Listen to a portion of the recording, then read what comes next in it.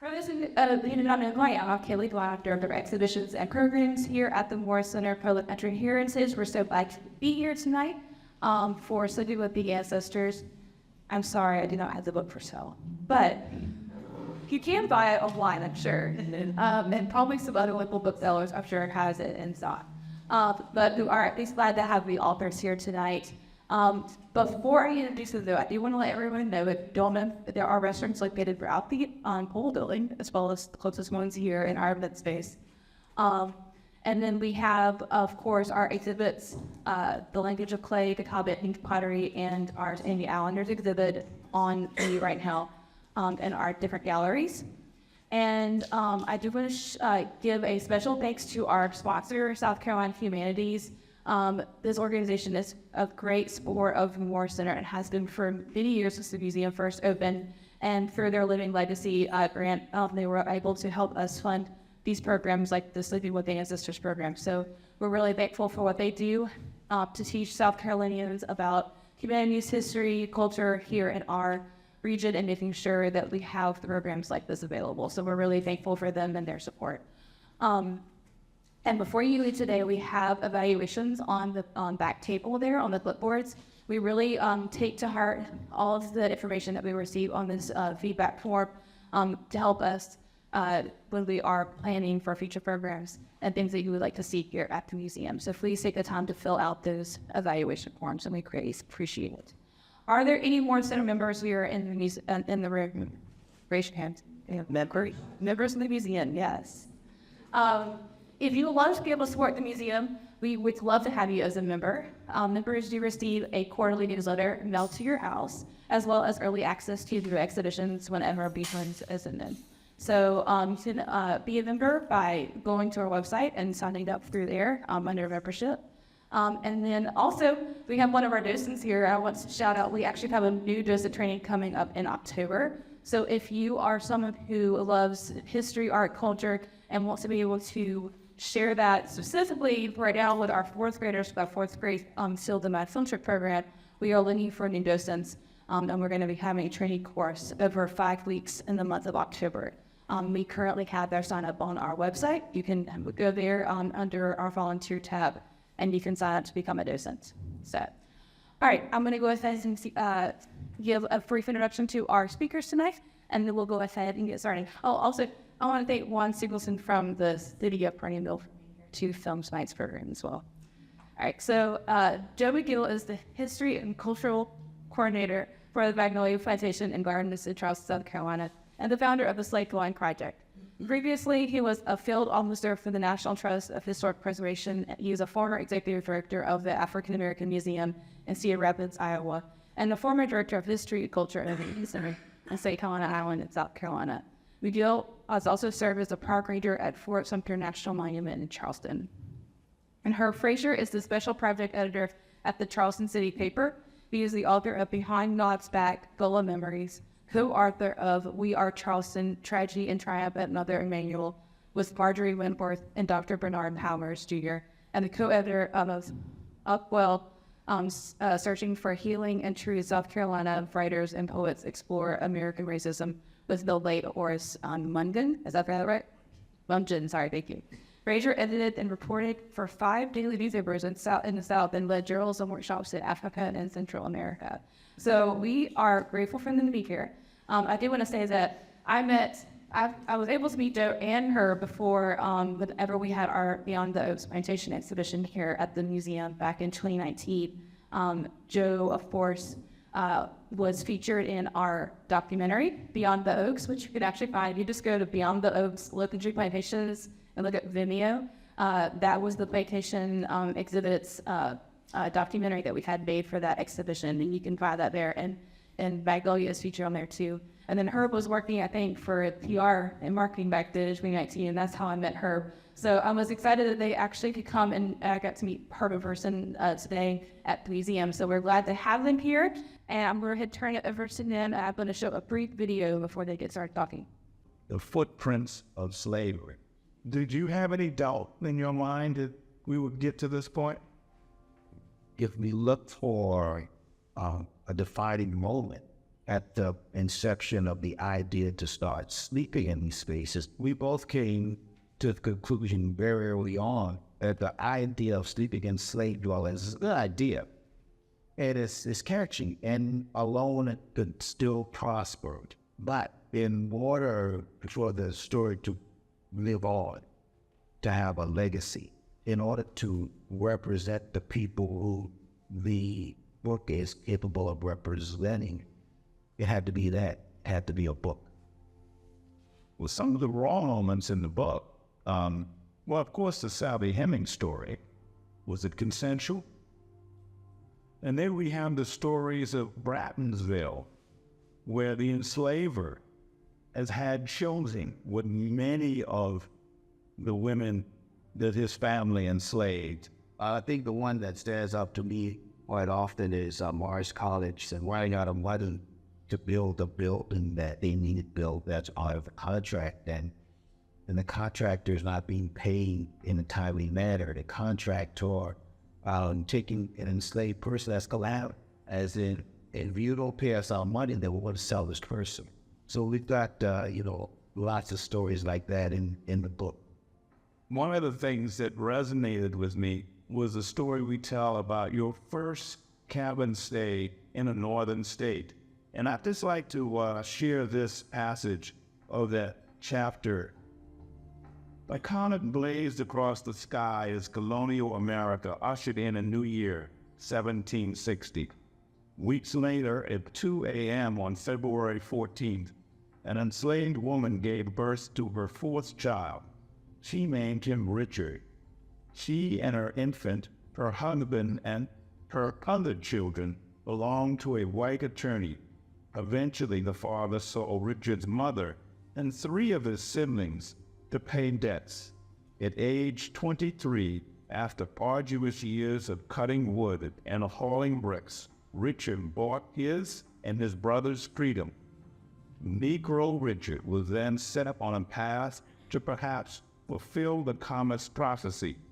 He took a name that was not his enslaver's and became America's first Black bishop of a predominant African-American denomination that now has 2.5 million members worldwide. So you have to read the book to get all the details of who was this Richard and what was the church that he founded. I know the writing of this book will get us in the places we've never been, get us in the circles we've never been. Now that we save the spaces, and the next thing to do is tell the stories of the people who inhabit those spaces. So I'm looking forward to this continued journey. So yes, my name is Joe. I am the one of the co-writers of the book, Seeing with the Access of How I Followed the Footprints of Slavery. And we kind of came up circuitous way to get here. Before the book, of course, there was the action of sleeping in slave dwellings. And why would one want to do that? Well, I am from James Street, South Carolina, Williamsburg. And I graduated from high school in 1979. And when I graduated from high school, I was operating on the history that I was taught. That history that I was taught taught me that my enslaved ancestors were happy to be enslaved. That the people who enslaved them were benevolent people. In other words, good to them. Now that's true. But it took me a little while to find that out.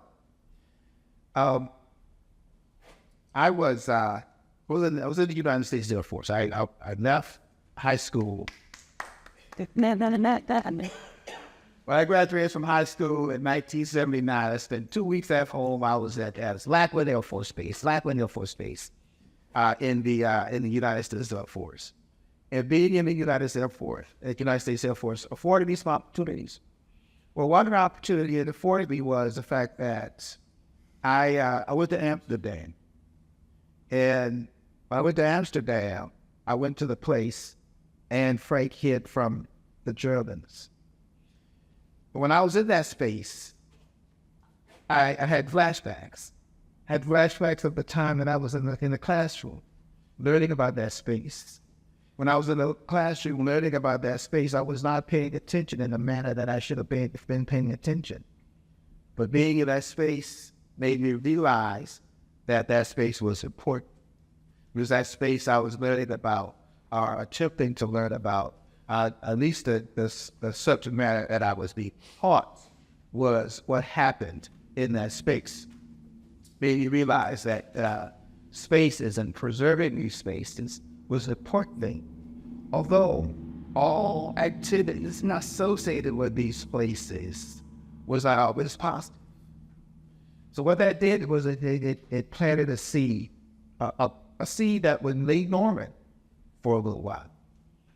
So let's move forward to a time in my life when I'm working at the National Trust for Historic Preservation in the Charleston, South Carolina office. National Trust for Historic Preservation is about saving buildings, but they're usually these iconic buildings, the house on the hill, the architecturally significant buildings. And if you apply these buildings to the antebellum period, they're usually enslavement associated with these buildings. And these were the things at these sites that were not being talked about. I was being talked about in a manner of which I learned it in school, which is not good. So, knowing that these places existed and these places weren't doing the right thing was instilled for me. So I graduated from South Carolina State University. South Carolina State University, I got out of the military. I went to South Carolina State University. And between my sophomore and my junior year, I became a park ranger at Fort Sumter.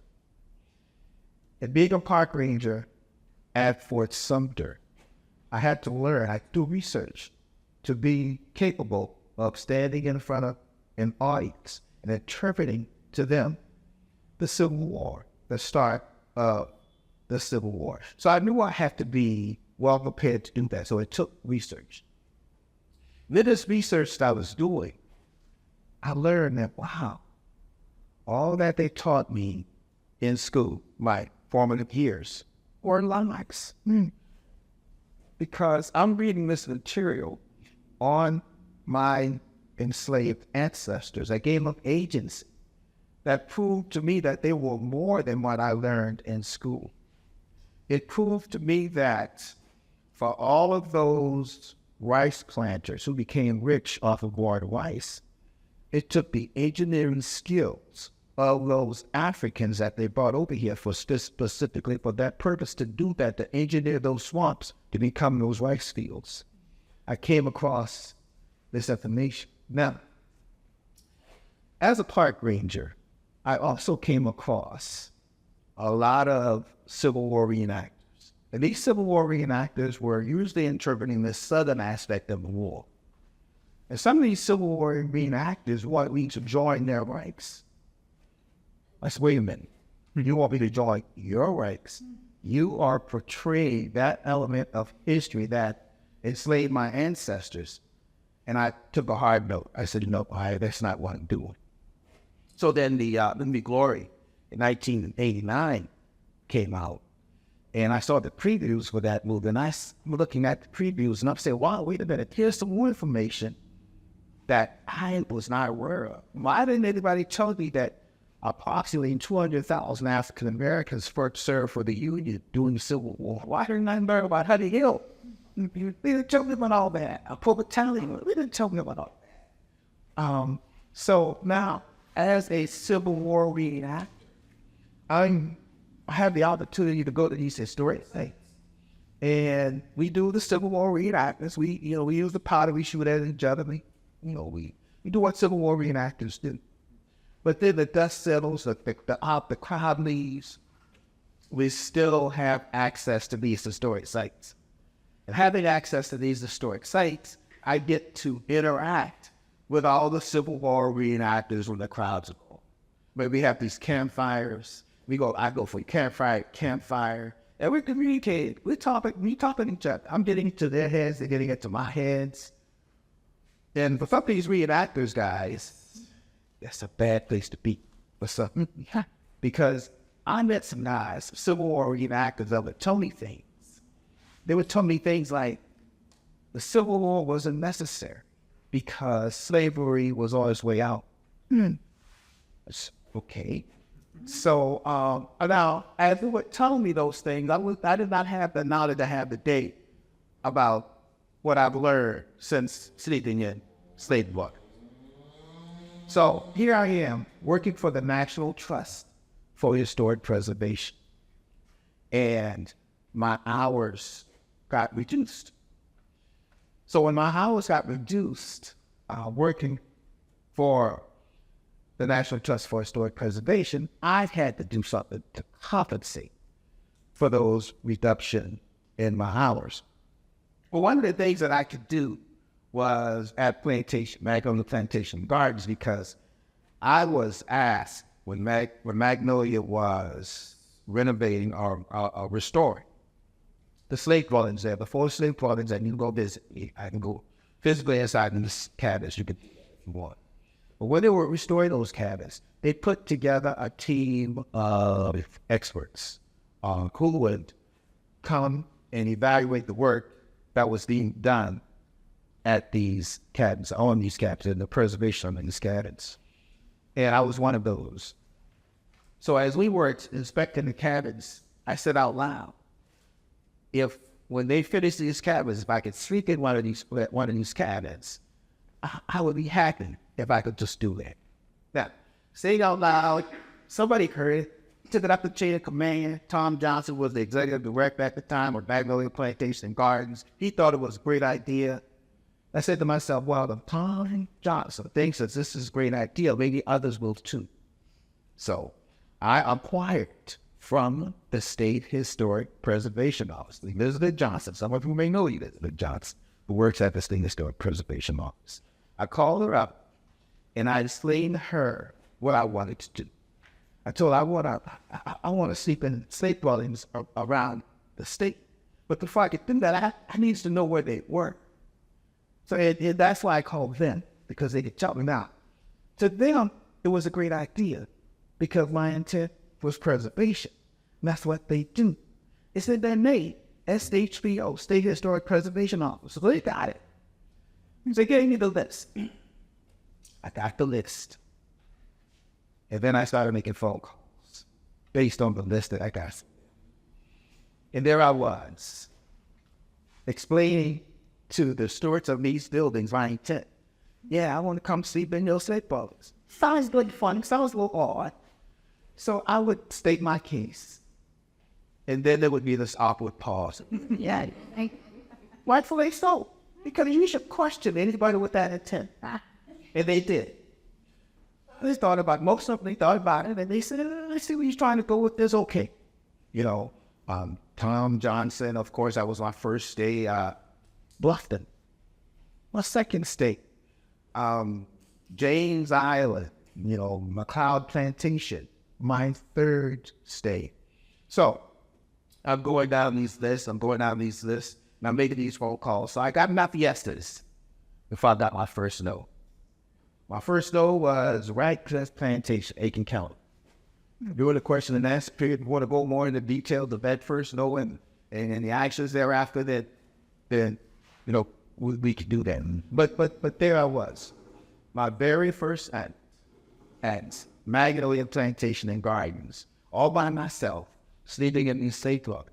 Because then if you have been keeping up with the slave dwelling project, you know that now it's quite prominent. We get around. In fact, you know, the book is an indication of that. But initially, there I was, Magnolia Plantation and Gardens, about to do what I said I was going to do. And there was no backing out, because I said I was going to do it. The media got hold to it. I had to do it. I had to go through with it. So there I was, there at Magnolia Plantation and Gardens. And there was a TV station coming out to do what the media does. And the cameraman related a story to me. He said he was in South Africa one time and in a tent about to go to sleep. And he was awakened by a thud on his chest. Well, that thud on his chest was a tarantula. So he tells me this story. He leaves. No, the gentleman who was in charge of the nature guy, Chris Smith was his name. He reminded me that there were alligators on the property. So he tells me that story. He leaves. So now here I am, all by myself, about to spend the night in this slave dwelling at Magnolia Plantation. The fire is going in the fireplace. My sleeping bag is laid out. I lay down, trying to go to sleep. Only to be startled by a noise.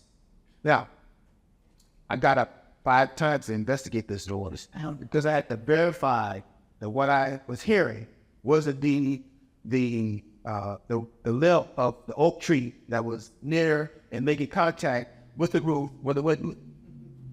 So it took 5 times to verify. Now, as I laid down that 5th time, I started thinking about things. Because that next day was going to be Mother's Day of 2010.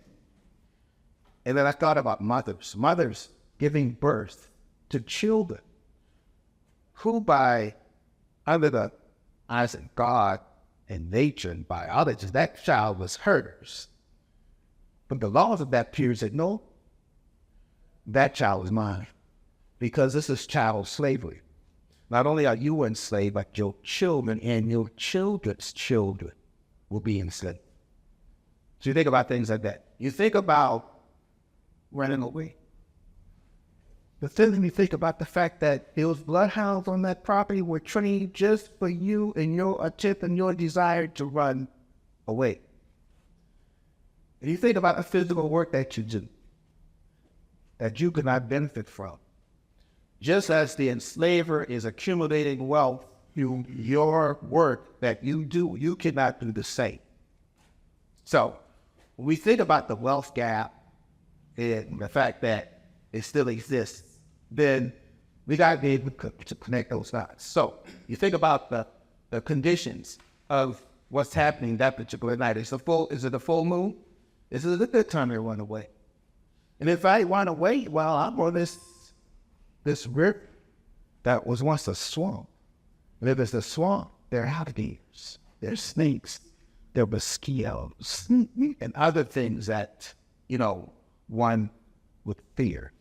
So you don't think about these things. So what I also discovered that night was, in addition to the sleeping bag, I also need the padding. So every sleep from that point forward, I brought a padding, a sleeping bag, and a pillow.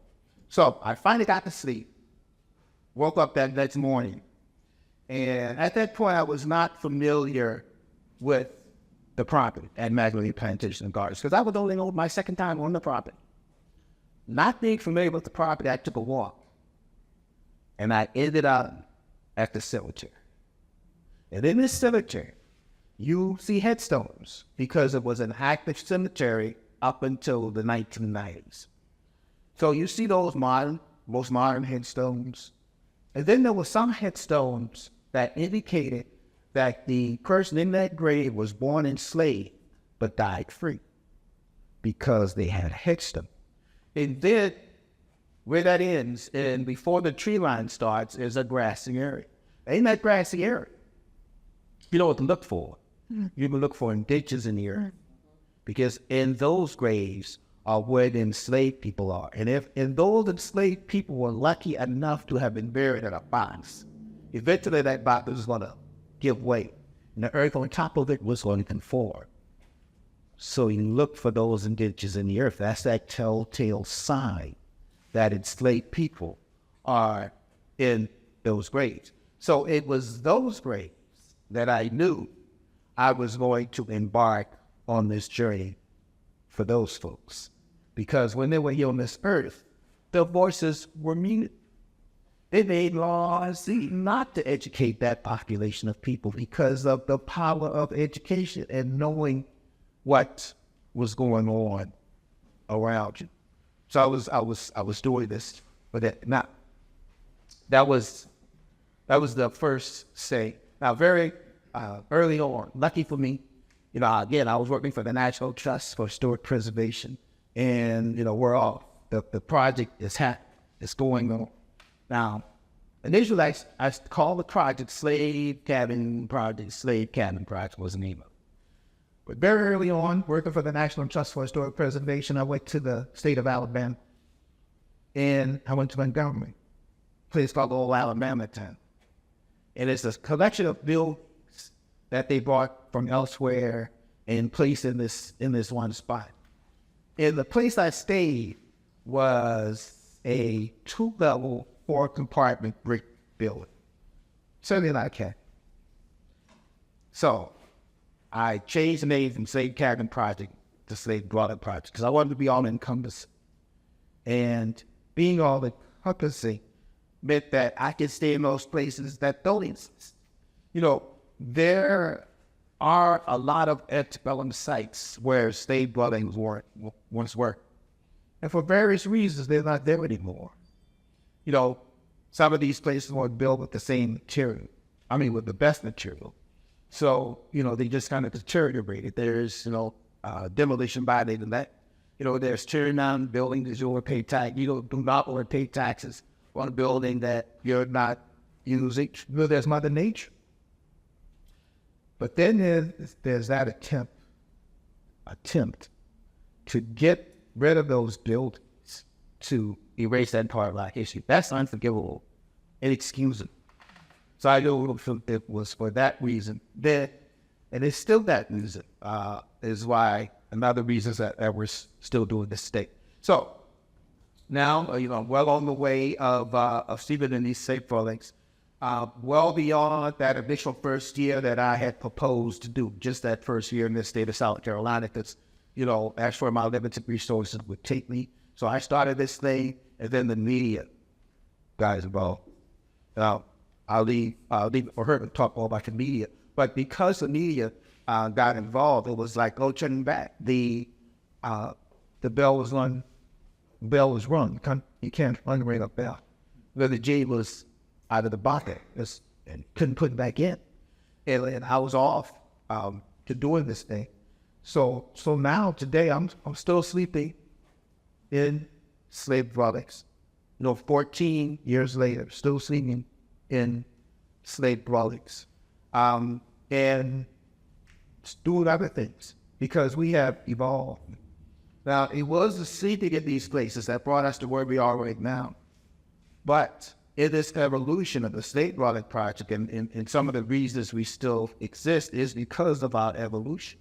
What I discovered from having the opportunity to hang out with the Civil War reenactors and having the campfires, going from campfire to campfire and having these conversations was that I could apply this same concept to the slave dwelling project.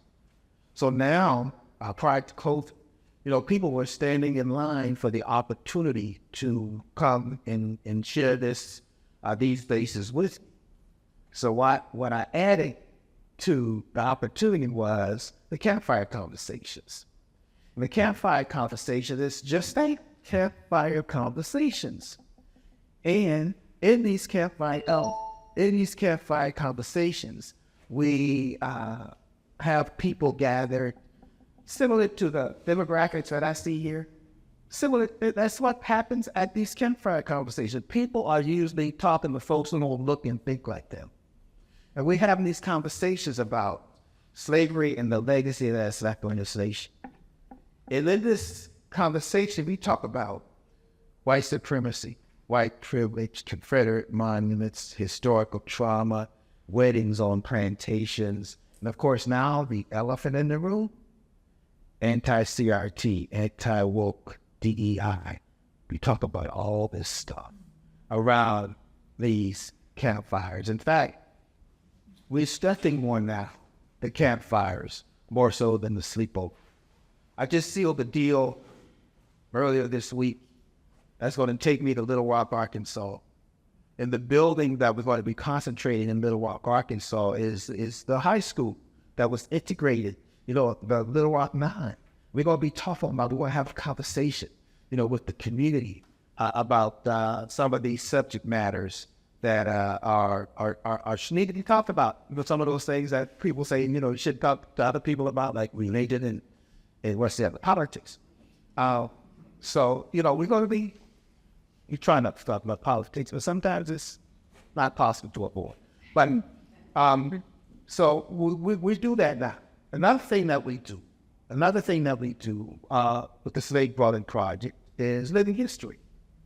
And in the living history program, we don the period outfits, we go to these sites, and we demonstrate the things that our enslaved ancestors would have been doing at these sites during that period of history. Because once upon a time, you'll be going to these sites, and you can see those things being demonstrated, but they were being demonstrated by white folks. Historically, that was not the case. Our ancestors were doing those things. So we, through our living history program, we demonstrate brickmaking, blacksmithing, cooking, and storytelling, and basket making. We do all that at our living history demonstrations. We also do conferences. All the conferences that we've done so far to this date have been in southern states because, rightfully so, they should have been done in southern states, and we did it that way. But what we were doing, we were missing an element of history that should be there, that should have been there all along. We were missing the northern participation in slavery. Even after those northern states legislatively abolished slavery within the boundaries of their states, they were still complicit because the banks holding mortgages on these enslaved bodies were in northern states. The insurance companies putting insurance of these enslaved people were in northern states. The factories adding value to the cotton that was being picked were in northern states. The shipbuilders, the ship owners were in those northern states.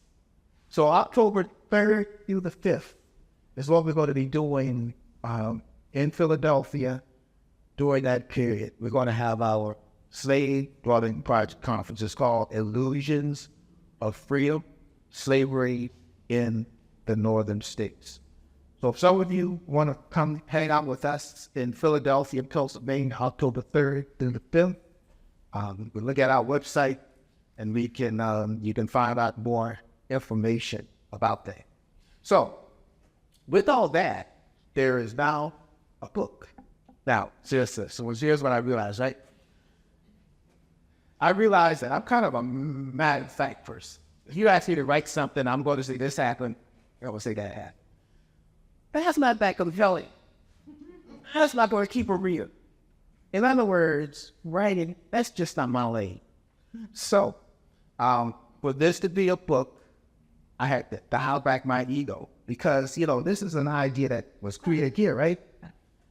And, I had to recognize the fact that I was not all that, could not, hold an audience in the manner that they should be held. So I called on my friend Herb Frazier, and I'm going to call him right now, and I'm going to let him tell you the rest of the story. Thank you, Joe.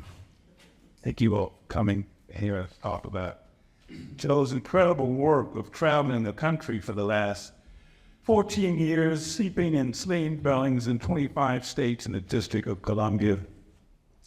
He spent, there's 150 locations, about 250 nights, because he went to some amount of these places more than once. Now, I have to say, I did not do nearly as many overnight stays that he's done. I've done maybe a dozen. But what I bring to this project is my experience as a journalist for the last a long time. And growing up in Charleston, I remember seeing the women make these coil baskets. And I always wondered, why do we eat so much rice? And I'd wonder why when I left Charleston to go to college, people say, you talk funny. You keep change. And when I became a journalist, my first job was at the Post in Korea. Back in those days, it was the News in Korea. But when I came back to Charleston, I was at the News in Korea. I worked with some other people around the country. And I got the opportunity at that point in the late 80s to start to try to understand the origins of the Kalagichi culture, the culture that our enslaved Africans brought here. And so I traveled to West Africa, Sierra Leone, and the Gambia. And I went to Barbados, I went to Cuba, and I wrote about those cultural and historic connections.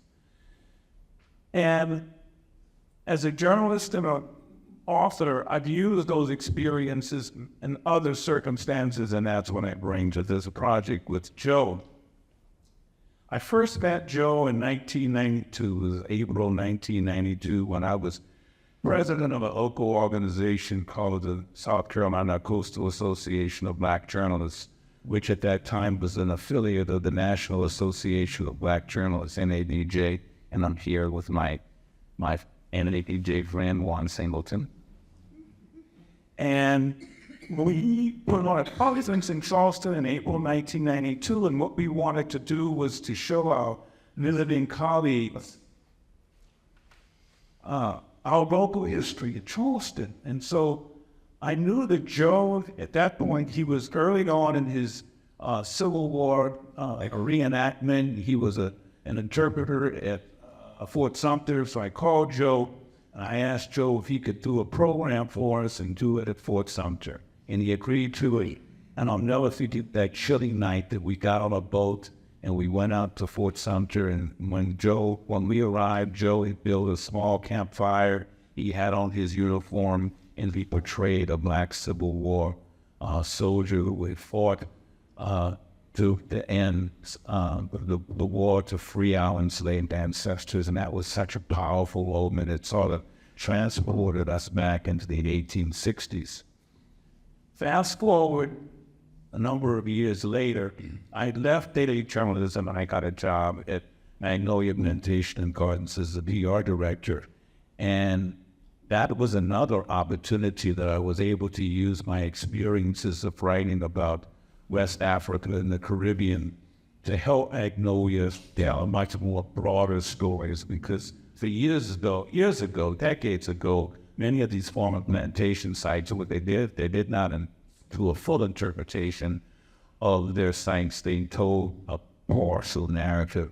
And Magnolia was one of those early sites that wanted to tell the full spectrum of the contribution that our ancestors played, not only on the development of low country history and culture, but the development of that particular site. So that's one of the things that I really, really enjoyed doing, helping Magnolia here that develop that public programming.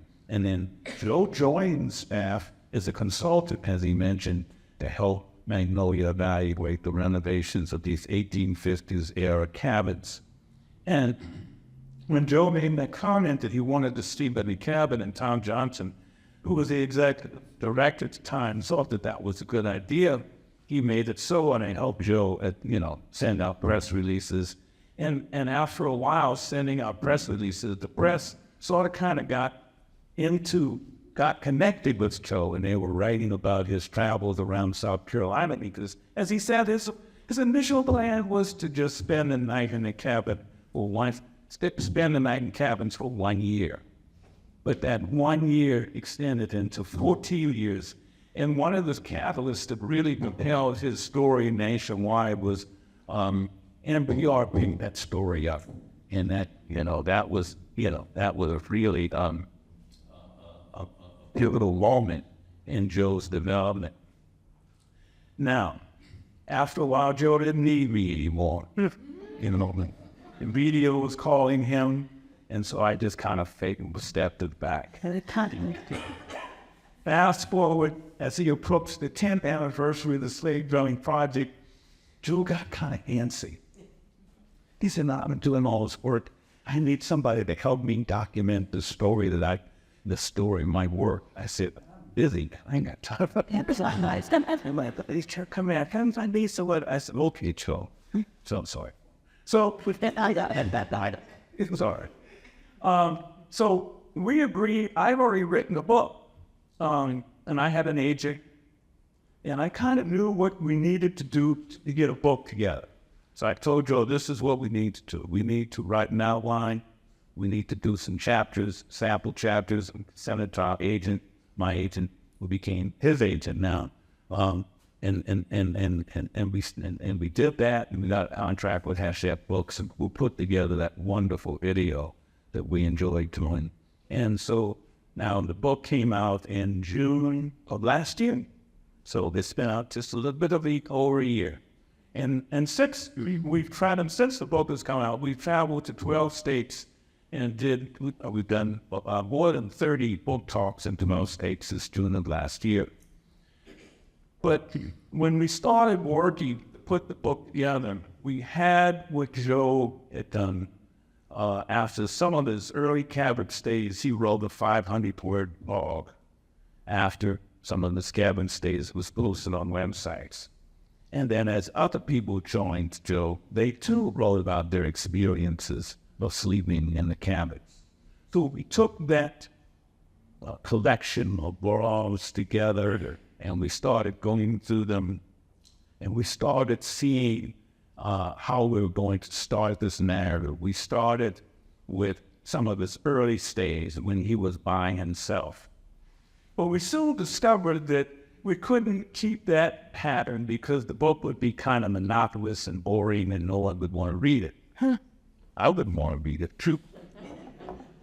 But as the writing process unfolds, for those of you who've done writing and done research and you started to try to tell stories, when you get into the material, the story starts to tell itself. All you got to do is like riding a horse. Just hang on. And sometimes take you to places where you didn't even think it was going to take you. It's amazing how that writing process happens. So what we started seeing when we looked at the totality of some of the things that Joe had done, we started building the book around themes. For instance, they were presidential sites where he's been.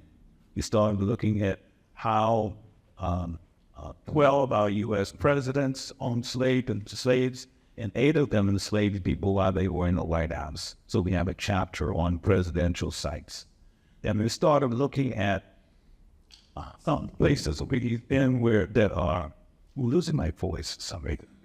Some of the places where he's been that are built on the sites of former plantation sites that have become now federally owned and state-owned parks. And so we have a chapter on parks. And then we started looking at the role that our higher education system used enslaved labor to build some of the nation's most prestigious institutions of higher education, because he's been to many colleges and universities around the country, and I must admit he hadn't been to USC yet. If anybody knows anybody at USC, we got to get Joe on the campus at USC because there's a slave dwelling behind the president's house on the horseshoe. Believe it or not, I like it.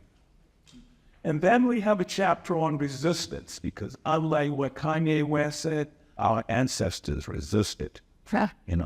They resisted even before they got to British North America. Many of them, and instead of being enslaved, they chose to commit suicide and jumped overboard during the Middle Passage, doing transatlantic slave trade. So we looked at that phenomena. Now, one of the questions that is often asked of Joe is, when you sleep in these cabins, did you see any ghosts? The fact that Joe will tell you that he didn't see any ghosts. But we do believe that the spirits have led us to some incredible stories in this book. we would do our research during the week. Every Tuesday night, we would get together when we would do it. I think it took us about 2 years to write this book. And every Tuesday night, we would get together and review the materials that we collected and the writings, and we would go over it, and I would question him, I would interview him, and about, the various places where he had been, and I would add that to the mix, and we would refine that, and we would edit it together every Tuesday night, either at his house or my house. We would have a plate of fried chicken wings. He likes them hot. I like them mild. I have a bottle of Alconeers. Anybody know what Alconeers is? That in and of itself is an ancestral story. Alconeers was an enslaved man who gave Jack Daniels a formula for his bourbon. So I think that when you drink Jack Daniels, think of Alconeers, and now the family and his ancestors, they have their own label. And that's what we would always lift the glass to Uncle Nearest. So, and we would go through this process weekly, and weekly I would ask Joe the same question. How has this process changed?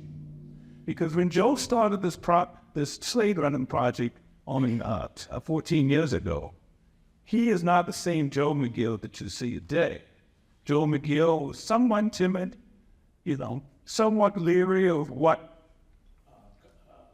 events could happen, because his family was warning him against people who would want to do him harm.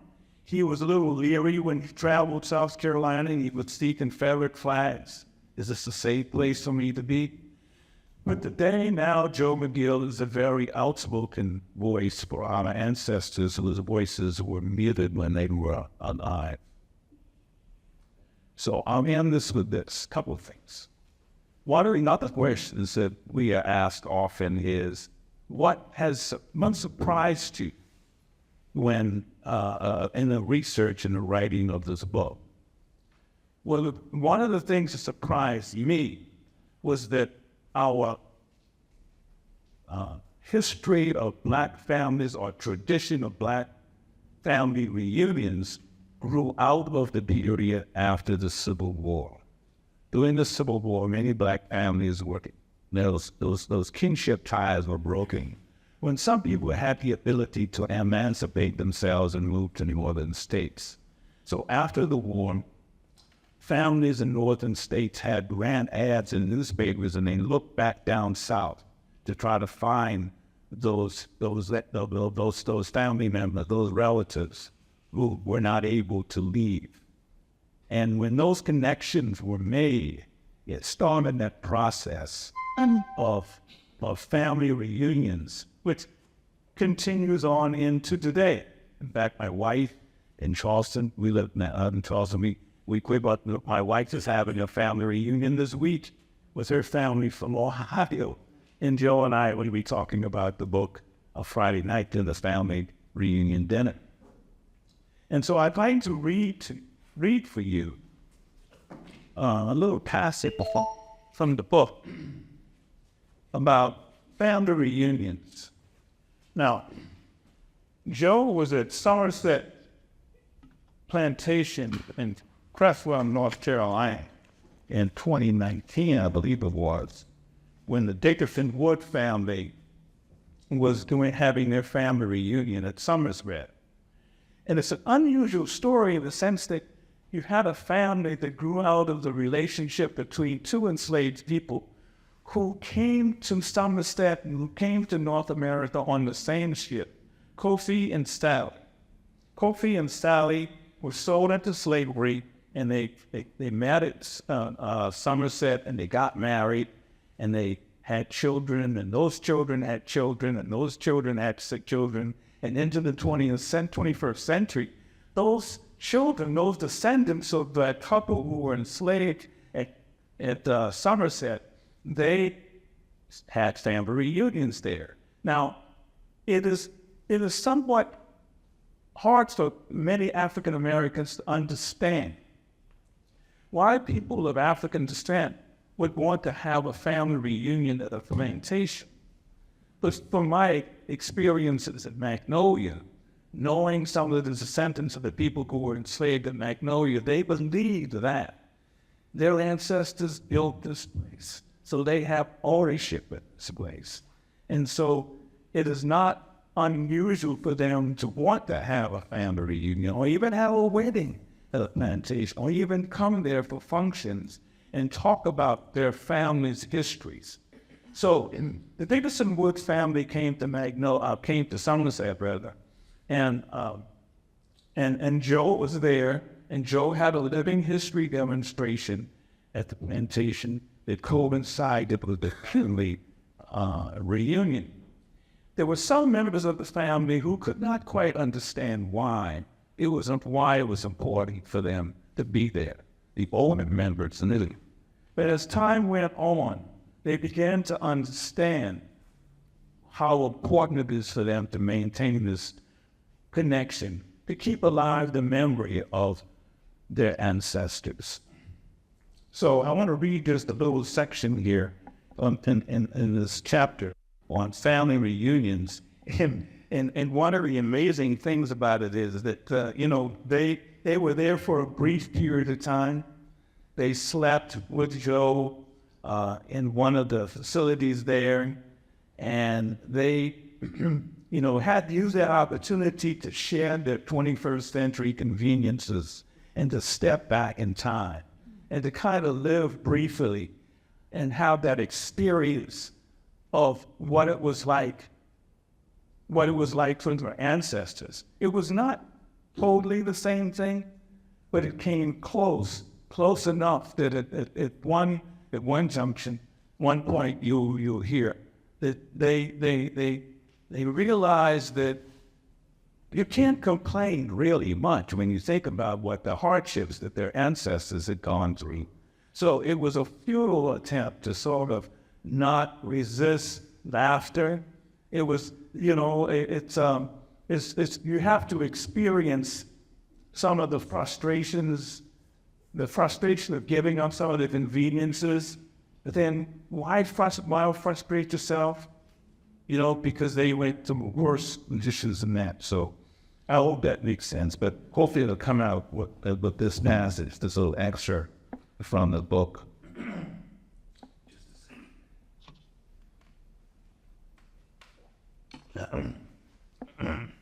At midnight, the group sang "Happy Birthday" to Deborah before settling in for the night.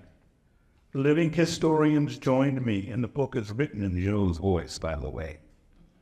The living historians joined me in one of the replicas of the original slave dwellings. The family slept in the plantation's hospital. Charles and Leslie Wilson prepared their beds in the operating room. Mina and her sisters, Deborah and Margaret, slept in the sick room with the family's friend, Hazel Reed of New York City.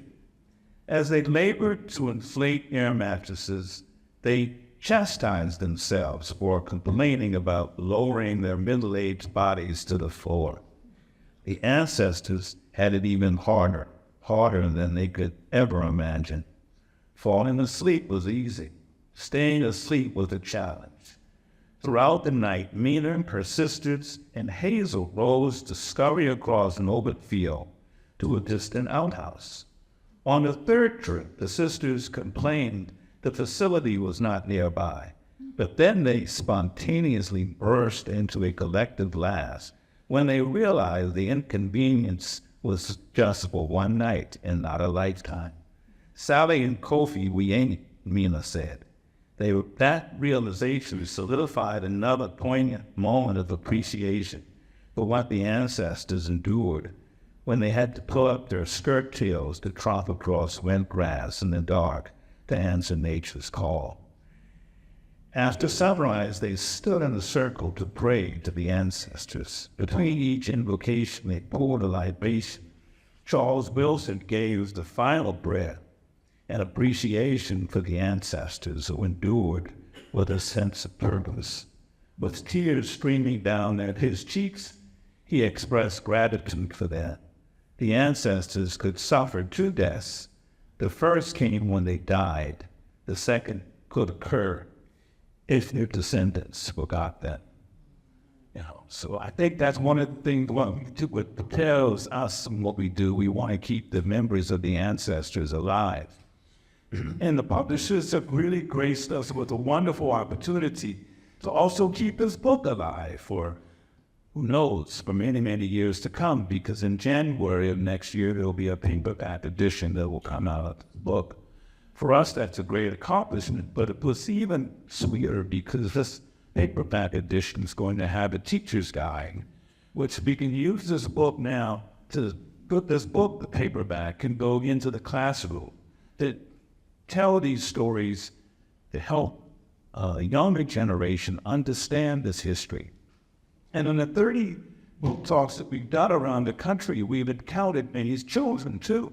And we found that even though one of the conversations that Joe says that they have around campfires is, the push now in many states to ban books and to deny the teaching of Black history. Well, it was usually the adults who don't want this history taught, because in our interactions with students, they want to know this history. They ask really, really good questions. Like when we were in Georgia near Atlanta earlier this summer, a young little lady, she raised her hand and she said, she's asked Joe, were you around during slavery time? And so they ask really good questions. Yeah. So it's the adults who are afraid of this history, and it's the students who got to know this history. And we're really happy that our paperback with the student guides on help that educate them about that. So that's still I got, but got a lot for we can go on and talk about opening up for Q&A right now. So thank you all. Thank you for being a big part to me be here. I'm trying to give people a chance. I'm going to use the restroom or stretch. I know it was a little after 7, but feel free to leave if you need to. But we'll stay around for a few minutes. If anybody has any questions, please gentlemen, we can do that. All right. Any questions? Yes. Yes. Stop question. I do. Oh, the cabinet. Oh, yeah. Go ahead. You go first. No, I'm going to be here for a while. So okay. Okay. That's it. I just finished reading the book today. I was rushing through it and I wanted to make sure I got through it. So I have a question for you, Joe. You mentioned in the chapter where you escorted your daughter, Jocelyn, to Clemson University because that was one of her choices. And you held back because you knew the history behind it. And what I want to know is that did you ever share that history with her? And did she even attend after that? Well, she herself was aware of some of it. Okay. Not the stuff that I had to help hold back. And I continually held back because it was still her decision to make. She made the decision to attend Clemson. She did. She graduated from Clemson. She got her undergrad there. She went to Tuskegee University. She's now vet. So, yeah. Good. So, When we were at Clemson 3 weeks ago. we were. And somebody, it's interesting because you referenced that. At Clemson University, one of the professors pulled that section out of the book that he read it to the rest of the audience. And according to him, the audience, at least a few people in the audience, they are doing a better job in those tours that they give to try to encourage children to choose Clemson. They are more inclusive in the stories that they tell the children on those tours. Thank you. You're welcome. Are you a graduate of Clemson? I'm a graduate, but not as we're from California. Okay, don't hate us. I'm a UC graduate, UCA lives up in Northern Sacramento area. Okay. So, but yeah. But I just thought that was very interesting that, there's so much about these universities that, you mentioned in the book that I was like, wow, Yeah. I never knew. And we also visited the University of Tennessee, Knoxville, Tennessee State University, UNC, University of North Carolina. They have a vet school also. We visited the Wolfpack. I'm sorry. Okay. The wolf pack, we visited there and also. Yeah, and you know, the wolf pack, they've got the silent sand story. I was, you know, yeah. Well, let me just put a period right there. Confuse things. Yeah. I want to hear about the nose. Oh, wait a minute. There's something, let's go back. Oh, yeah. From one Air Force guy to another, thank you. I was in long before you went in, but What was your job? I was a medic. I proved medevac. Yeah? All right, I was security police. But yeah, go ahead. I wanted to be that when I went in. So, but, Or you made a better choice. Give it time. you're right on. Doing your talk, you mentioned something about Bluffton and born and raised in the Embassy area. And the Embassy is, of course, right up 95 north. I have an aunt that lived in Bluffton, but what were you saying about Bluffton as far as staying overnight or some slave? Yeah, Hayward House. I'm sorry? The Hayward House. Okay. It's a visitor center too. Right behind it is a snake dwelling. The very second sleepover for me. And as described in the book, getting from Charleston to that spot in Bluffton was somewhat of a challenge for me because, again, this was only the second sleepover. So from Charleston, between Charleston and Bluffton, you know, I'm driving and I'm seeing Confederate flags because they were more prominent at that period in our lives. You know, you see it on vehicles everywhere. And as I'm driving to this place, I'm having these second thoughts because these folks, even before I started this thing, were all in my ear, as Herb said, because they were concerned for my safety. I was a little naive, which is good, because it makes you brave also, which I was. But getting from there to there was that challenge. But when I got there and I was greeted by the staff there, I felt more welcome. Although I was going to be staying in this place alone, all by myself, in this particular building. You know, I woke up the next morning. What I feared that morning was the creepy crawlies I saw. Yeah, they were slithering. No, they weren't slithering. There were little worms, little insects. But that was the biggest fear. But when the kids started to come, I realized why I was there because, you know, the kids gave me that incentive to know that I was teaching them, you know, something that they may not learn just by sitting in a classroom or trying to get it from a book. So that was my inspiration in Bluffton. And I've gone back to Bluffton a few times. I've slept in that cabin at least twice at Bluffton. And since the book has been published, Herb and I have gone back to Bluffton.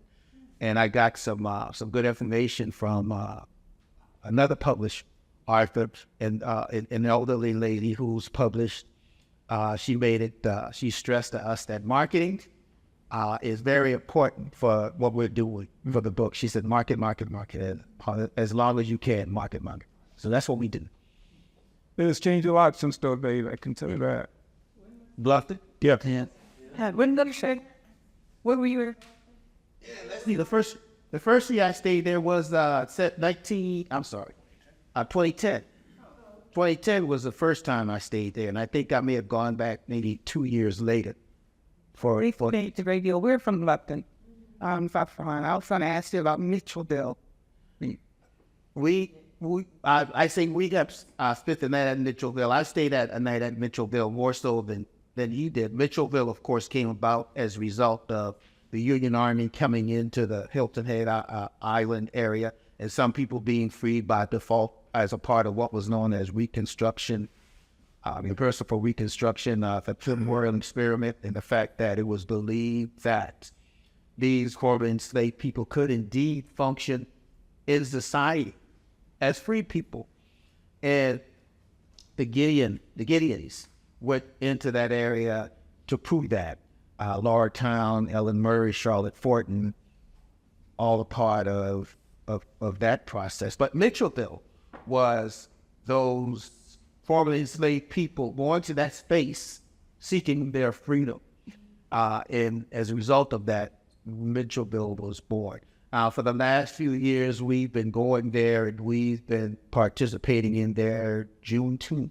And that's a sleepover. It falls a sleepover.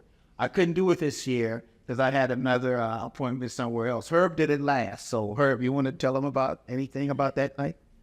Well, we slept in tents. We had a campfire discussion, and we talked about many of the issues that Joe typically talks about, the legacy that slavery's left on this country.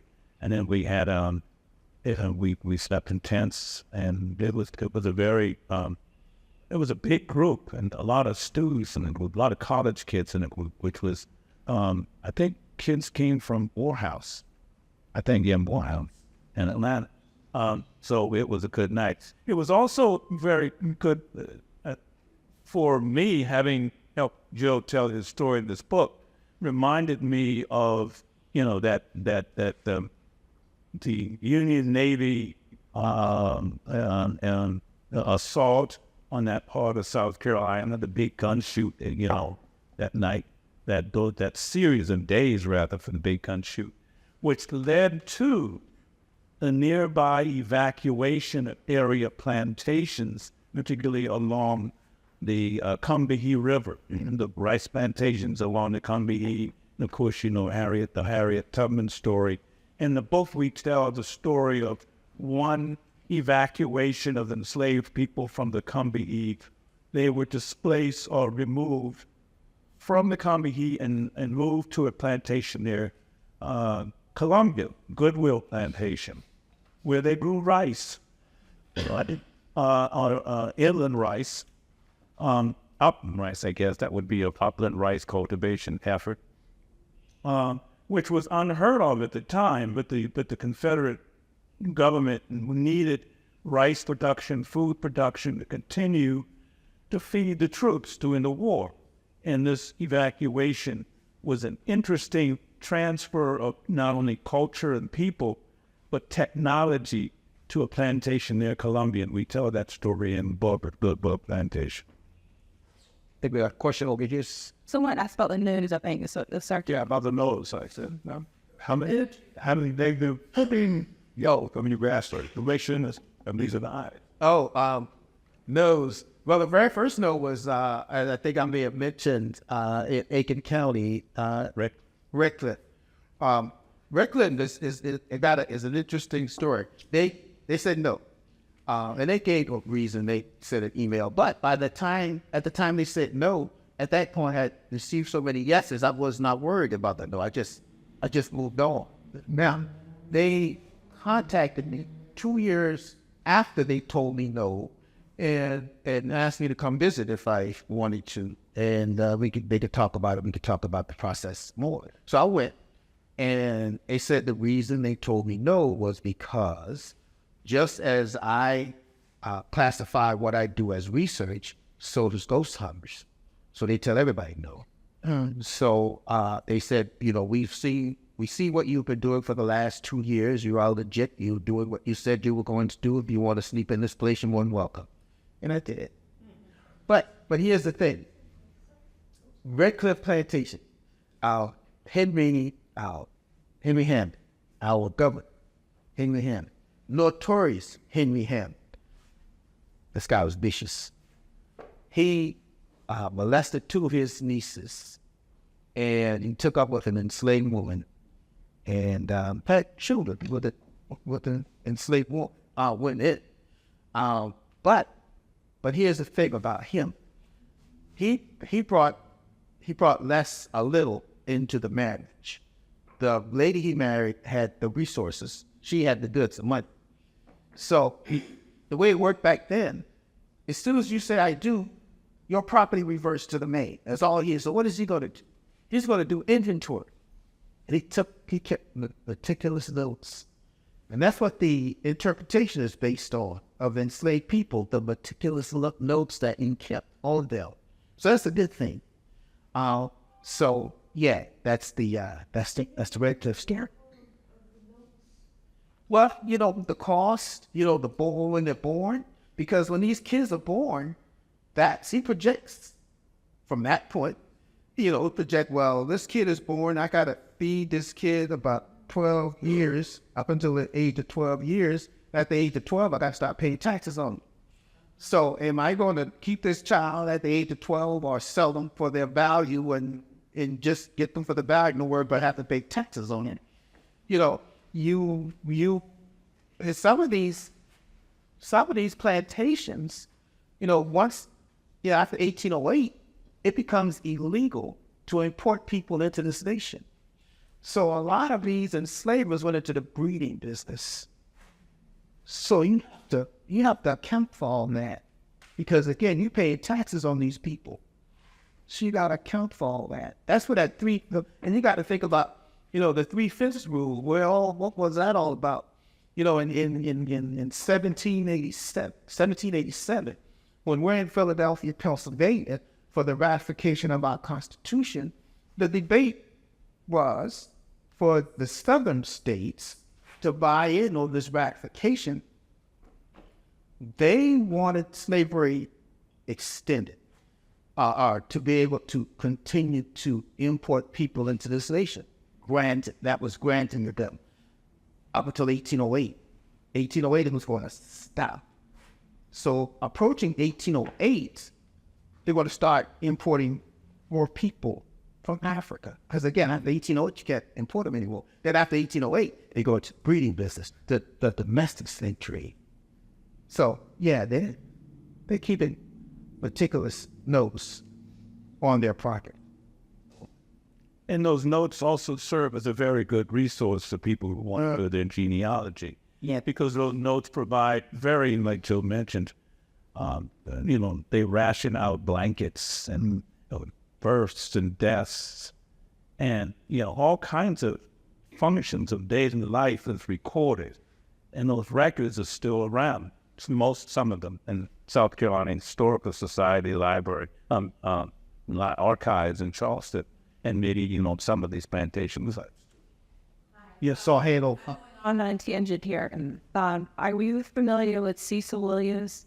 Oh, yeah. Who was Yeah, we started at the museum. Yeah. Yeah. I had the pleasure of going off there a couple years ago. I think you wrote an article at the War Center, and I loved the fact that he's rewriting history the same way that you are. Basically, he's telling the truth about what happened in Orangeburg, and I found that fascinating. Your talk is fascinating. I think they're expanding. The museum. Yeah. The county's going to build him a new museum, and he gets his house back. Because he did, he's in both. He talked to the mayor,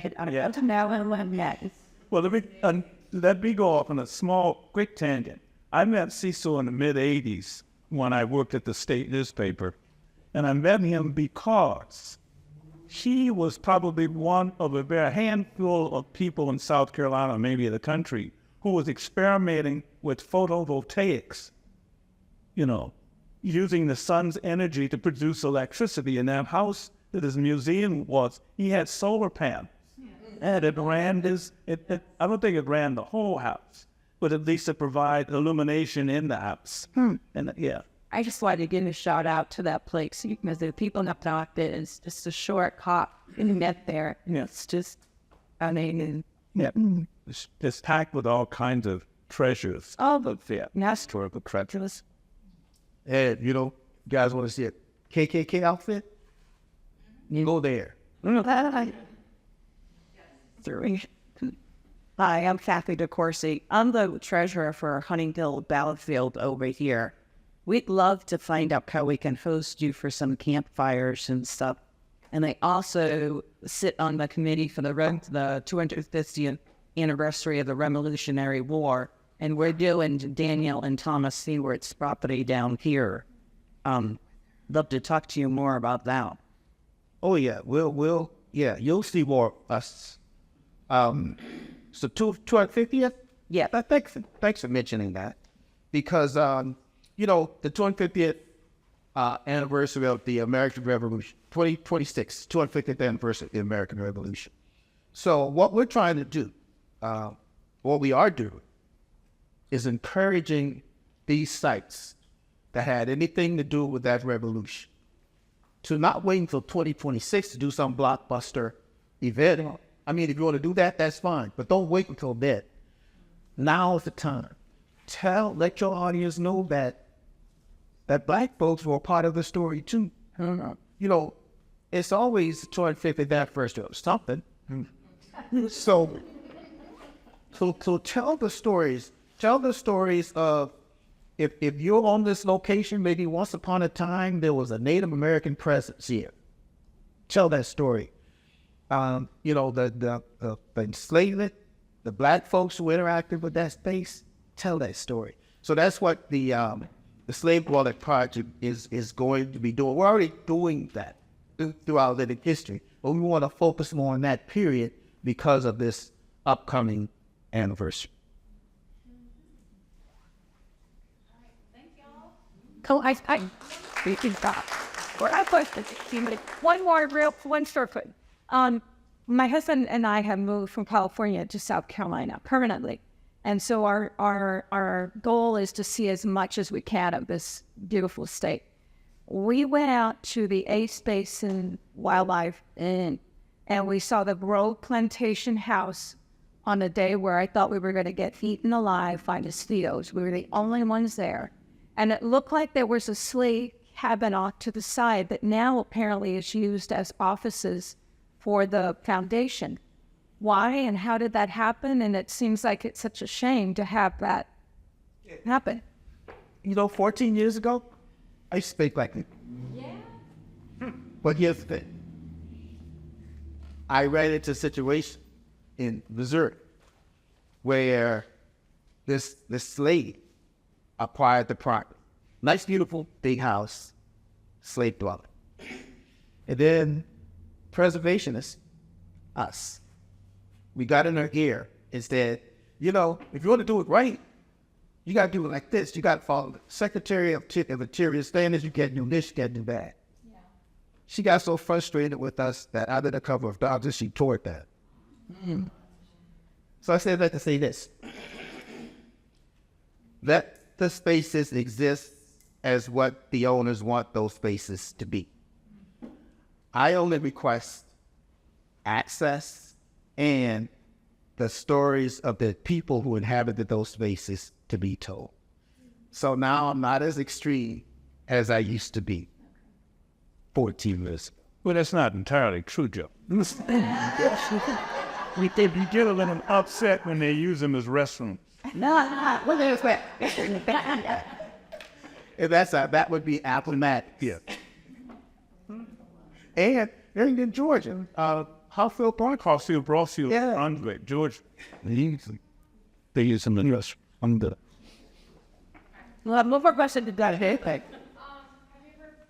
visited it's called Kingsley? Oh, yep. Which one? Kingsley. Yeah. Kingsley. We could be all night talk about Kingsley. But we're not going to do that. She wants to go home. All right, thank you.